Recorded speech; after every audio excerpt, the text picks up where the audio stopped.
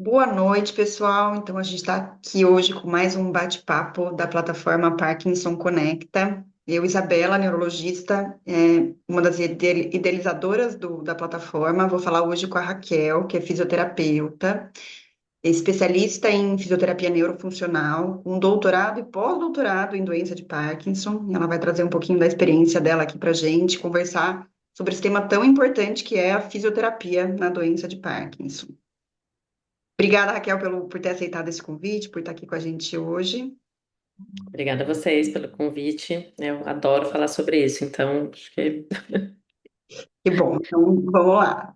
Bom, a gente postou recentemente, essa semana, na plataforma, um artigo sobre a importância de um exercício físico assistido e o quanto isso teria a capacidade de potencializar e melhorar sintomas da doença de Parkinson. E a gente sabe que a fisioterapia específica, ela tem um papel muito importante. Existem estudos, inclusive, mostrando uma redução de mortalidade em pacientes que fazem uma fisioterapia específica, né? Diante disso, a primeira pergunta que eu queria começar, assim, já te trazendo logo de cara é: que horas que a gente precisa encaminhar esses pacientes para fisioterapia? Tem um timing certo? Tem um momento? É desde o diagnóstico da doença? Qual seria o momento ideal para começar a ter um contato com essa fisioterapia mais específica? tá. O ideal, né, é logo que esse paciente é diagnosticado, porque quanto antes a gente começa o tratamento, mais tempo a gente vai ter para prevenir complicações, para ensinar estratégias para esse paciente, né, e fazer com que ele tenha mais independência, mais autonomia, mais qualidade de vida por mais tempo.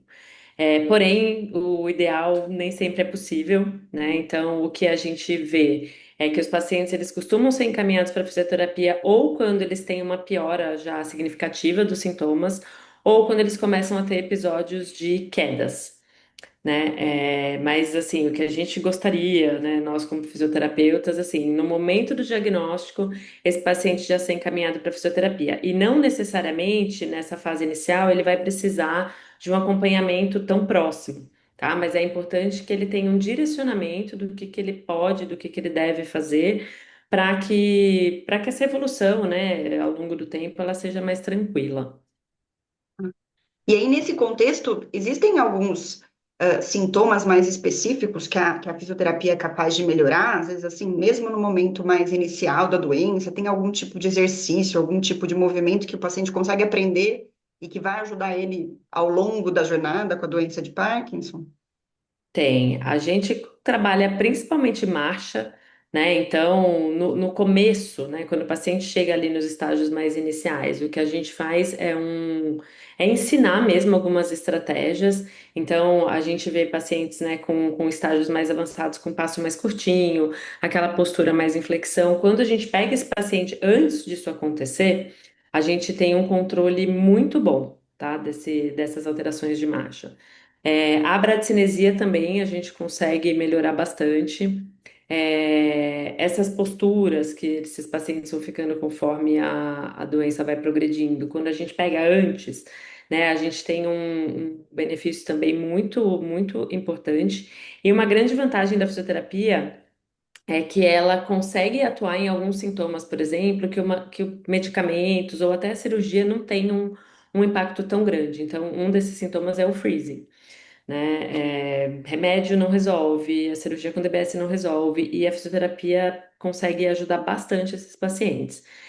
Um outro ponto muito positivo é o efeito em sintomas não motores, né? Então a gente vê melhora no sono, melhora de constipação, melhora em dor, né? Então tudo isso num combo de exercício com pouquíssimos ou quase nenhum efeito colateral, né? Então é um excelente tratamento aí.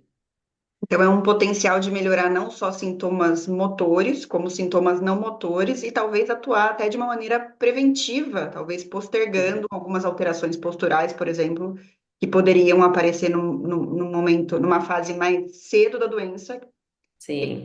terapia, às vezes, a gente consegue ter um melhor controle da Jogar isso um pouquinho mais para frente. aparecer lá mais para frente. Muito bacana. E aí, quando a gente fala de fisioterapia, Isso é uma coisa que às vezes eu tenho dificuldade até de explicar para os pacientes, né? É qualquer fisioterapia? Qual que é a diferença de um fisioterapeuta especialista em neurofuncional, um fisioterapeuta que não é especialista, né? Isso muda muito no manejo, nos exercícios que esses pacientes vão fazer? Muda bastante, né? Então, assim, a gente tem dentro da fisioterapia subespecialidades, igual a gente tem na medicina, né? Então, eu tenho médico generalista e tenho neurologista, endócrino, enfim. E na fisioterapia a gente também tem essas especialidades. E eu tenho fisioterapeuta neurofuncional, que é um fisioterapeuta que vai trabalhar com condições aí que acometam o sistema nervoso, né? Central, basicamente.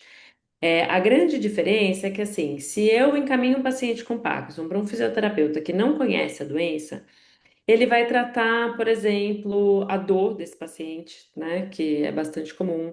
Ou às vezes esse paciente tem uma fraqueza muscular, ele vai tratar essa fraqueza muscular e não pensando em todo o contexto da doença.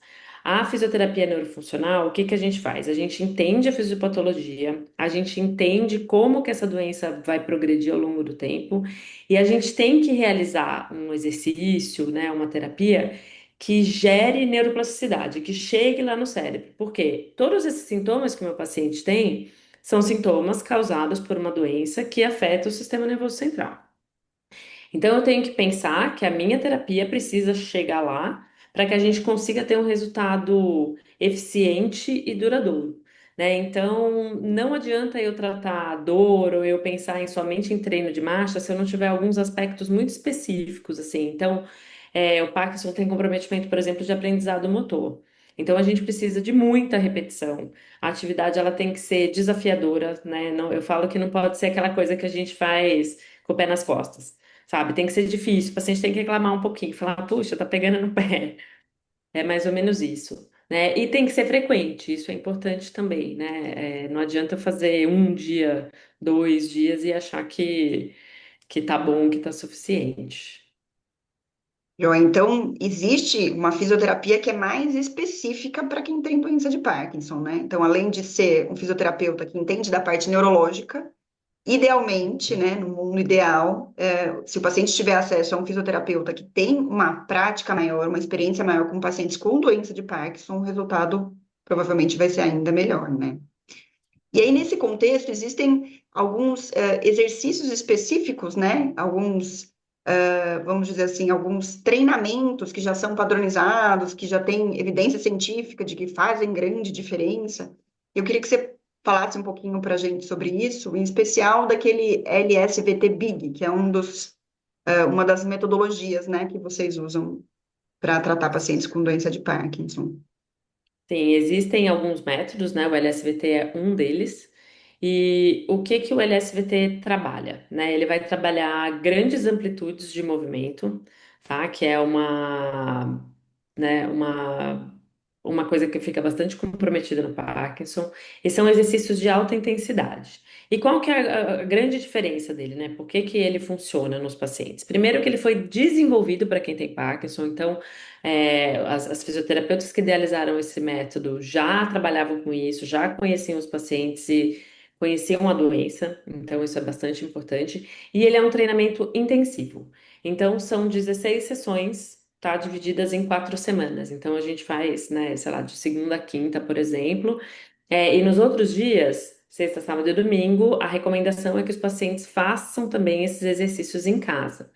Essa intensidade do exercício, né, faz com que eu tenha um aprendizado motor muito importante. E um outro aspecto bastante interessante do LSVT é que no dia da avaliação, né, na primeira sessão, a gente elenca ali com o paciente, na verdade, ele que vai trazer para a gente, até 5 atividades que ele tenha mais dificuldade. E aí isso varia muito de pessoa para pessoa. Então pode ser, por exemplo, calçar uma meia, amarrar um cadarço, abotoar um botão da camisa, se secar, né, com uma toalha, secar as costas. E aí a gente treina especificamente essas atividades pensando em transferência do que o paciente consegue fazer com a gente naquele ambiente que é todo controlado, né, mas que ele consiga levar isso para casa dele, para o dia a dia dele. Então, ele é um método que, como ele tem muita repetição, né, ele funciona e os pacientes vão percebendo essa melhora. Isso é muito bacana. E não fica aquela coisa de, ah, eu tenho que fazer isso para sempre igual, né? Então é um método que eu gosto bastante. E que ele funciona em diversos estágios da doença. Então, isso é muito legal, assim. Pacientes muito graves não conseguem fazer, mas até ali estágios, né, intermediários indo para avançado, a gente consegue com resultados bastante significativos. Legal. E nessas, no fim dessas 16 sessões, vocês já conseguem observar essa diferença. Antes do fim, a gente já consegue, né? Ali mais ou menos no meio a gente já percebe. E tem algumas atividades, por exemplo, que na primeira semana a gente já vê melhor. Então, por exemplo, sentar e levantar, né? Que é uma coisa que os pacientes têm dificuldade, que quando, né, vou sentar, o paciente já vem se jogando lá de trás, né? Vai meio de lado, assim. Isso a gente consegue melhorar muito em muito pouco tempo, assim. Então, é uma questão que também melhora a motivação, porque eles veem essa melhora em pouco tempo, né? Então faz com que a aderência ela seja maior do que eu ficar simplesmente fazendo ali uma coisa que não tem muito objetivo, né? Parece que não está indo para lugar nenhum. E aí, geralmente, quando vocês aplicam esse protocolo, né? De quanto em quanto tempo o paciente tem que voltar para fazer? Ou ele continua com exercícios em casa? Como que isso funciona? Tá, o ideal é continuar com exercício em casa, né? Assim, eu falo que exercício físico é se você tem Parkinson ou não, né? Você tem que fazer, gostando ou não. O tempo vai depender assim de diversos fatores, né? Então, o que a gente recomenda são avaliações periódicas. A cada entre 3 e 6 meses, dependendo do estágio que esse paciente está, para que a gente possa ir reformulando os nossos objetivos terapêuticos. Então, o paciente fez, ele veio na avaliação 6 meses depois, ele está bem, segue com as atividades que ele está fazendo. Ah, se a gente percebeu que teve uma piora ali importante em algum aspecto, a gente pode ou fazer, ao invés de todo o protocolo de novo, uma semana intensivona e ver como esse paciente responde, ou sugerir aí alguma abordagem ou repetir. O que a gente vê na prática é que quando o paciente engaja mesmo, dificilmente ele vai precisar, num período curto, refazer, tá? Então é um método que eu gosto bastante, assim, eu acho ele bem eficiente.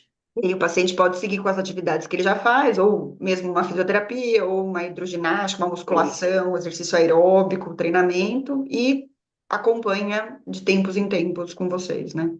Isso é. Nos estágios mais iniciais da doença, inclusive, a gente indica assim, vai fazer o que você gosta, né? Então, eu gosto de ir para academia, tudo bem, vai. Eu gosto de jogar tênis, ok. Sempre com segurança, né? E aí mantendo essas avaliações para a gente vendo o que que mudou, se a atividade está sendo suficiente, se precisa de mais, se precisa mudar, né? Então, as avaliações periódicas, elas são super importantes. Então, do mesmo jeito que eu preciso passar no médico, por exemplo, para ver manejo medicamentoso, é importante ter esse acompanhamento com o fisioterapeuta para ver questões funcionais, né? Legal, ótimo. E você consegue contar um pouquinho para a gente, assim, ó, do que seria, do que seria trabalhado nessas 16 sessões? É o que é mobilidade? O que acontece nessas sessões? O que que a gente faz, né? Nessas sessões, a gente faz alguns exercícios que são os mesmos, tá? Do dia 1 até o dia 16. E aí, quando a gente fala isso para os pacientes, às vezes eles ficam meio decepcionados. Tipo, poxa vida, mas eu vou fazer isso todo dia, tudo igual. É igual, mas não é, né? Então a gente vai progredindo a dificuldade desses exercícios. Então eu posso aumentar a velocidade, por exemplo, eu posso aumentar o número de repetições, eu posso incluir dupla tarefa, tanto motora quanto cognitiva, né? E o que que a gente trabalha? Então a gente trabalha questões de mobilidade, de amplitude de movimento, de equilíbrio. Eu tenho treino de marcha, eu tenho um treino de consciência, né, corporal, assim, por exemplo, tem pacientes em estágios intermediários ali que começam a esbarrar um pouco nas coisas, né? Fica tudo com o braço roxo, batido. A gente consegue dar uma consciência maior com esse treinamento. Eles têm né, melhora a propriocepção. Então, os exercícios é isso, eles são os mesmos, mas a gente consegue ir progredindo ao longo do tempo. E uma coisa legal que eu costumo fazer é sempre filmar. Então, eu filmo esses pacientes no começo, no meio e no final. Porque como a melhora ela é progressiva, né? Ela não é de um dia para o outro. Às vezes, quando a gente chega no meio ali, ele fala, ah, mas não melhorou tanto. E aí, quando a gente mostra o vídeo, fala, nossa, realmente melhorou bastante, né? O movimento fica mais firme, o paciente fica mais seguro, o movimento fica mais amplo, a marcha melhora, né? Fica com uma cadência melhor. Então, o vídeo ajuda bastante a gente. Legal. É, o vídeo é sempre uma boa ferramenta, né? Sim. E é muito, acaba sendo mais uma motivação para eles também, né? Ver essa resposta, e quando vê essa resposta gravada em vídeo, fica ainda mais claro, né, do benefício que isso pode trazer. E aí eu tenho uma curiosidade aqui, na verdade, que a gente, eu no consultório sempre, né, todo paciente meu, eu bato muito nessa tecla, e a gente conversa muito sobre isso, da grande dificuldade que a gente tem muitas vezes de convencer um paciente, né, da importância da fisioterapia. É, quais, quais são as principais barreiras que você acha que existem, assim, que fazem o paciente às vezes ter dificuldade ou ter, talvez procurar menos a fisioterapia do que deveria? Eu acho que a gente tem algumas, né? Assim, se fosse só uma, talvez fosse mais fácil da gente resolver. Acho que a primeira é falta de informação mesmo, né? Assim, tanto para profissionais de saúde quanto para os pacientes. Então, assim, eu já vi muito paciente que fala, poxa, mas eu nem sabia que eu precisava fazer fisioterapia, né? Aí passando essa barreira, eu acho que tem alguns pacientes que têm medo de não conseguir, né? Ou medo de cair. E aí fica assim, ah, eu prefiro nem fazer, porque vai que dá errado, vai que eu caio, vai que eu me machuque, né? Então, essa é uma questão importante. A falta de motivação, né? Então, a gente sabe que existe uma relação aí, né, entre pacientes com Parkinson e depressão, por exemplo. Então, isso é um fator que impede. E um outro fator é que eu acho a falta de profissionais mesmo capacitados e habilitados. Então, se a gente pensar em grandes centros, né, São Paulo, a gente consegue. Mas quando a gente pensa em cidades mais do interior, ou conforme a gente vai se afastando, não existem muitos profissionais que tenham essa especialização. Então, uma outra barreira que eu percebo muito é assim, a necessidade de alguém para levar. Uhum. Então, assim, puxa, precisa ser filho, marido, esposa, e às vezes isso compromete, né? Pensando, por exemplo, numa atividade que precisa ser realizada todos os dias, precisa de um movimento da família toda, né? Mas eu acho que a base de tudo isso é o conhecimento, né? Então, se a gente puder difundir, falar, explicar todos os benefícios que isso vai trazer, a aderência, né, e a adesão ao tratamento, eu acho que elas seriam maiores. Ajuda muito, né? Eu costumo dizer para os meus pacientes que o nosso tratamento tem a parte que eu posso fazer por eles e tem a parte que só eles podem fazer por eles mesmos, né? Então, Eu eu sempre falo isso. de ajudar com ajustes de medicação, né? Toda informação que eu puder fornecer e todo sintoma que eu puder melhorar com medicação, eu vou melhorar, mas se eles não conseguirem se comprometer em fazer exercício físico, fazer uma fisioterapia especializada, né? É, tomar os remédios na hora certa, a gente dificilmente vai chegar no melhor dos resultados, né? E a fisioterapia, com certeza, é parte essencial desse tratamento, né? Ela anda É, muito junto com o tratamento medicamentoso na doença de Parkinson, com certeza.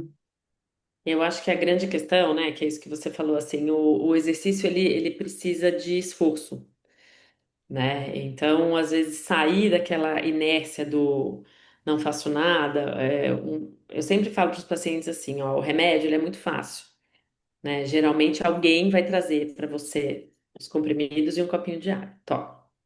O exercício não pode alguém fazer para mim, né? Então, eu tenho que levantar, eu tenho que fazer.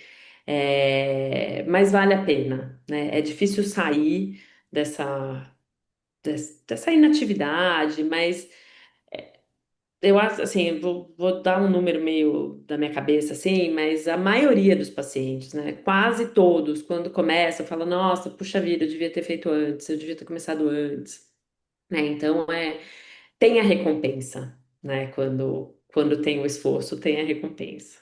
Com certeza. E daqueles que realmente se propõem a fazer, né? Eu ouço muito de alguns pacientes que eram sedentários, assim, que não faziam Uhum. absolutamente nada antes do diagnóstico.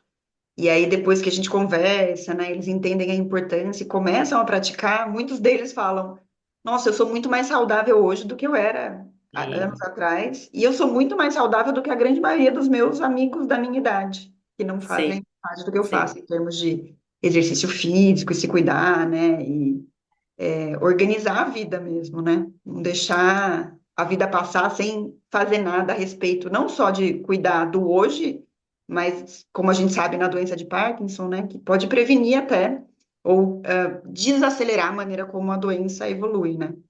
Sim. Então, E legal que eu conseguir manejar melhor, né? Assim, eu acho que a gente prepara os pacientes também, assim, é, vai haver uma progressão, né?